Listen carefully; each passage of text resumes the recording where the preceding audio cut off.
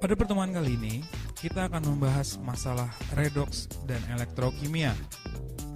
Nah, bicara masalah redoks, tentu kalian sudah mengetahui bahwa redoks itu terdiri dari dua kata, yaitu reduksi dan oksidasi. Nah, sekarang apa pengertian reduksi dan oksidasi? Kita bahas ya. Nah, secara klasik, proses reduksi adalah suatu proses atau jika suatu zat mengikat atom hidrogen, atau bisa juga jika suatu zat melepas atom oksigen. Sedangkan oksidasi berdasarkan pengertian klasiknya adalah suatu zat yang melepas atom hidrogen atau suatu zat mengikat atom oksigen. Mari kita lihat contoh sebagai berikut. Jika ada CH3CHO itu berubah menjadi CH3CH2OH. Nah, dalam reaksi ini CH3CHO itu mengikat atom hidrogen. Dengan kata lain, pada reaksi ini terjadi yang namanya reaksi reduksi. Sedangkan contoh yang kedua, CH3CHO membentuk CH3COOH. Nah, pada reaksi ini zat CH3CHO itu mengikat atom oksigen. Berarti reaksi yang kedua ini adalah reaksi oksidasi. Nah, seiring berjalannya waktu, ternyata pengertian reduksi oksidasi secara klasik itu sudah tidak relevan lagi. Kenapa? Karena ada beberapa zat yang mengalami reduksi atau oksidasi tanpa mengikat atau melepas oksigen, atau juga tanpa melepas atau mengikat atom hidrogen. Nah, ternyata banyak reaksi-reaksi redoks yang dapat berhubungan dengan arus listrik. Nah, arus listrik itu sendiri kan adalah identik dengan elektron yang bergerak. Maka, karena reaksi redoks bisa berhubungan dengan arus listrik, dipastikan bahwa reaksi redoks juga melibatkan elektron. Nah, atas dasar inilah terbentuk suatu pengertian baru tentang redoks, di mana redoks itu kan terdiri dari dua kata, reduksi dan oksidasi. Di mana pengertian reduksi adalah proses terjadi penangkapan elektron, sedangkan oksidasi adalah proses terjadi pelepasan elektron. Nah, biasanya dalam proses penangkapan elektron itu biasanya ditandai dengan terjadi penurunan bilangan oksidasi. Sedangkan pada proses pelepasan elektron terjadi yang namanya kenaikan bilangan oksidasi.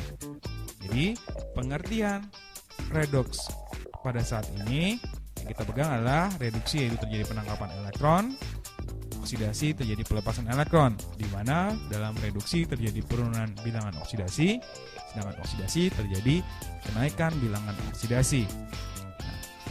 Bicara masalah redoks, kita tentu tidak boleh jauh-jauh dari masalah bilangan oksidasi. Kemudian, bagaimanakah menentukan bilangan oksidasi atau biloks dari suatu atom? Nah, ada beberapa aturan yang mesti kita pegang. Yang pertama, semua unsur bebas atau yang unsur yang berdiri sendiri, itu bilangan oksidasinya atau BO-nya itu bernilai 0. Contohnya Cl2, O2, Fe, dan Na. Karena semuanya itulah unsur bebas, maka bilangan oksidasi dari Cl itu 0, bilangan oksidasi dari oksigen 0, bilangan oksidasi dari Fe juga 0, dan bilangan oksidasi dari Na pun juga 0. Kemudian aturan yang kedua, kalau ada suatu ion, maka bilangan oksidasinya itu sama dengan muatannya. Contohnya, kalau ada ion Cl-, maka bilangan oksidasi dari Cl adalah -1. Kemudian ion Na+, maka bilangan oksidasi dari Na itu sama dengan +1. Sedangkan kalau ada ion Fe3+, maka bilangan oksidasi dari atom Fe sama dengan +3. Kemudian yang ketiga, aturannya adalah logam golongan 1A jika atom tersebut berikatan, maka bilangan oksidasinya sama dengan +1. Contohnya, dalam senyawa KCl, maka biloks kalium itu sama dengan +1. Begitu juga kalau dalam senyawa Na2SO4, maka bilangan oksidasi dari Na itu sama dengan +1. Kemudian logam 2A jika berikatan, maka bilangan oksidasinya itu sama dengan +2. Contohnya, dalam MgNO3 2 kali, biloks Mg itu pasti sama dengan +2. Begitu juga dalam CaOH 2 kali. Karena Ca itu termasuk golongan 2A, maka pasti bilangan oksidasi dari Ca sama dengan +2. Begitu juga dengan kalau golongan 3A, jika berikatan, pasti bilangan oksidasinya sama dengan +3. Contohnya dalam AlCl3. Dipastikan biloks dari Al itu sama dengan +3. Kemudian aturan yang keempat adalah atom hidrogen. Nah, atom hidrogen jika berikatan dengan non-logam, bilangan oksidasi dari hidrogen itu selalu +1. Contohnya dalam HCl. Bilangan oksidasi dari hidrogen +1. Kenapa? Karena dalam hal ini hidrogen berikatan dengan unsur non-logam. Begitu juga dengan H2O. H2O berarti hidrogen berikatan dengan oksigen. Oksigen itu kan non-logam. Maka bilangan oksidasi dari hidrogen itu sama dengan +1. Nah, sekarang bagaimana jika atom hidrogen berikatan dengan logam? Nah, kalau atom hidrogen yang berikatan dengan logam, maka bilangan oksidasi dari hidrogen itu menjadi -1. Contohnya dalam senyawa NaH atau yang disebut dengan natrium hidrida. Nah, dalam natrium hidrida berarti biloks dari Na ditambah dengan biloks dari hidrogen itu harus sama dengan 0. Kenapa? Karena natrium hidrida ini tidak bermuatan.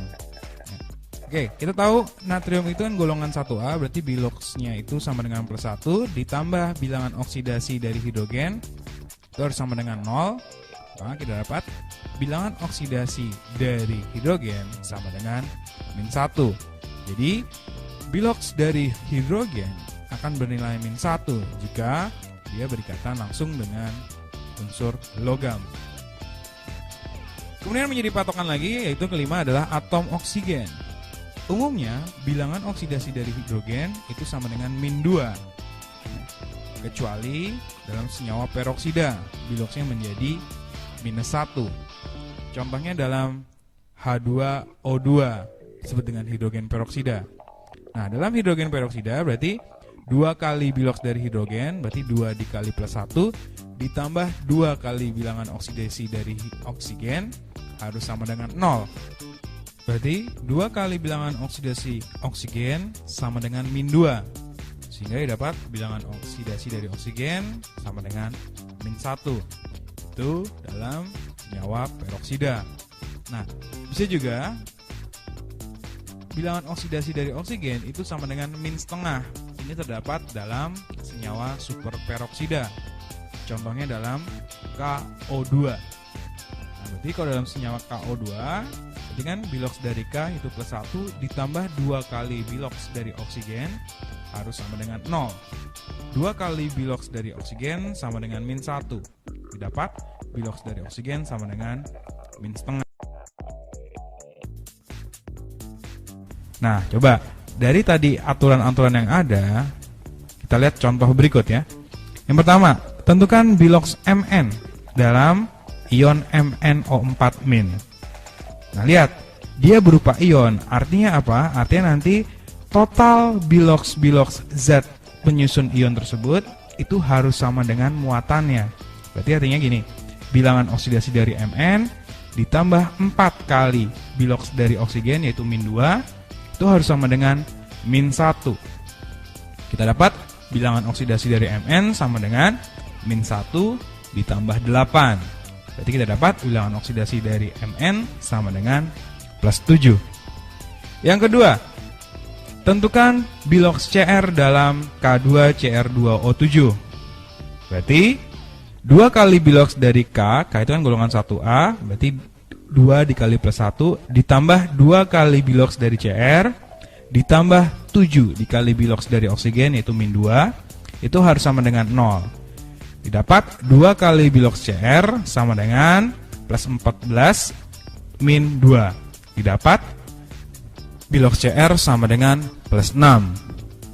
Yang ketiga, tentukan biloks Cl dalam NaClO3. Berarti kan biloks dari Na itu plus 1 ditambah biloks dari Cl ditambah 3 kali biloks dari oksigen yaitu min 2 harus sama dengan 0. Didapat biloks dari Cl sama dengan plus 6 min 1. Itu sama dengan plus 5.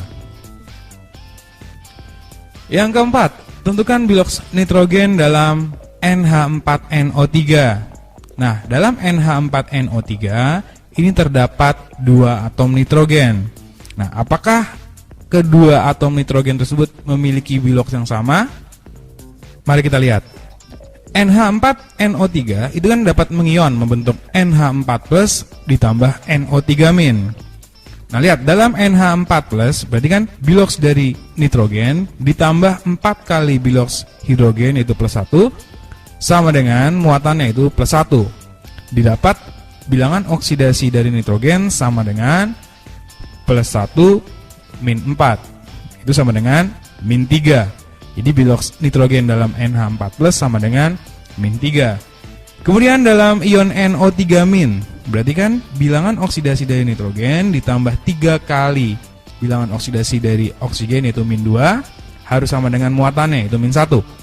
Kita dapat bilangan oksigen dari nitrogen sama dengan min 1 plus 6. Didapat bilangan oksidasi dari nitrogen itu sama dengan plus 5. Ternyata kedua atom nitrogen dalam NH4NO3 memiliki biloks yang berbeda. Nah, dari uraian singkat tadi, tentu kalian sekarang sudah bisa memahami apa definisi redoks dan bagaimana menentukan biloks dari suatu atom.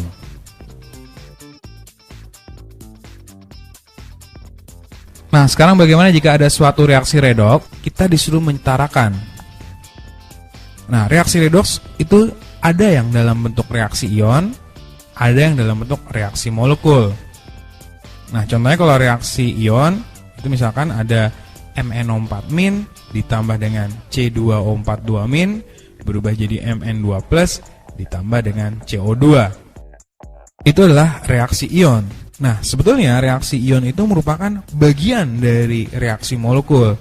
Jadi sebenarnya reaksi ion yang tadi itu merupakan bagian dari reaksi molekul dari KMnO4 ditambah dengan Na2C2O4 ditambah dengan HCl menghasilkan MnCl2 ditambah dengan KCl ditambah dengan NaCl ditambah dengan CO2 ditambah dengan H2O.